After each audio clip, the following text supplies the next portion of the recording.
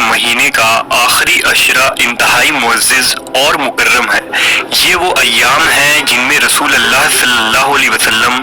انتہائی یکسوئی کے ساتھ عبادت الہی میں مصروف ہو جاتے تھے اور دنیا سے کنارہ کش ہو کر راتوں کو جاگا کرتے۔ ان راتوں کی ایک اہم فضیلت یہ بھی ہے کہ اللہ نے قرآن مجید کو شب قدر میں ہی نازل فرمایا، اس لیے یہ رات 1000 مہینوں سے بہتر ہے، جس رات میں ملائکہ اور امر الہی کا نزول ہوتا ہے۔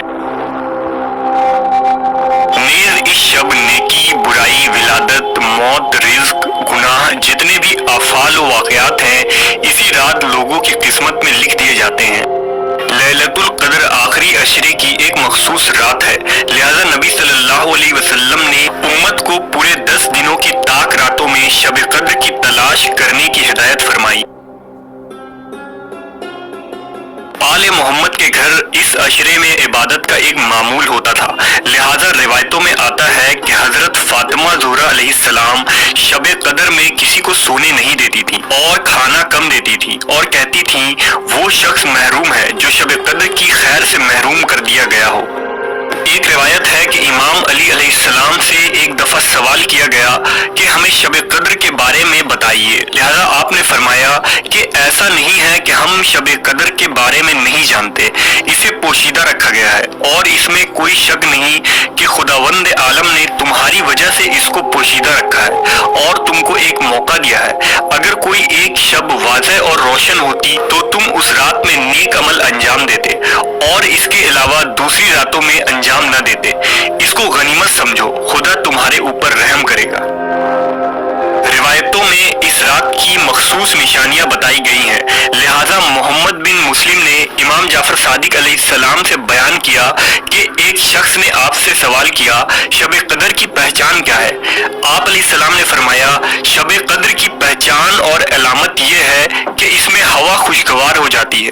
اور اگر اس رات میں ہوا سرد اور خنک ہوتی ہے تو گرم اور معتدل ہو جاتی ہے، اور اگر گرم ہوتی ہے تو خنک اور خوشگوار ہو جاتی ہے۔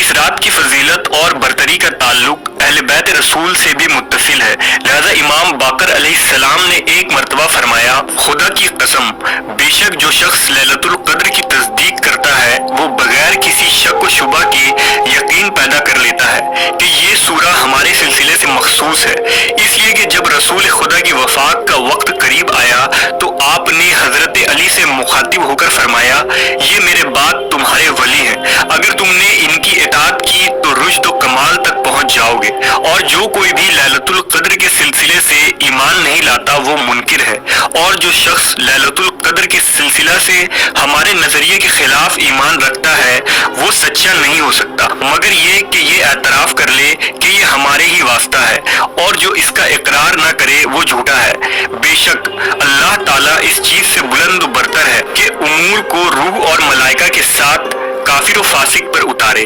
ایسا بھی نہیں کہ وہ نازل نہیں ہوتے ہیں، چونکہ کبھی بھی کوئی شے معدوم پہ نازل نہیں ہوتی، اگر وہ کہیں اور بہت جلد وہ کہیں گے، ایسا نہیں، بس سمجھ لیں وہ شدید گمراہی میں مبتلا اور گرفتار ہو چکے ہیں۔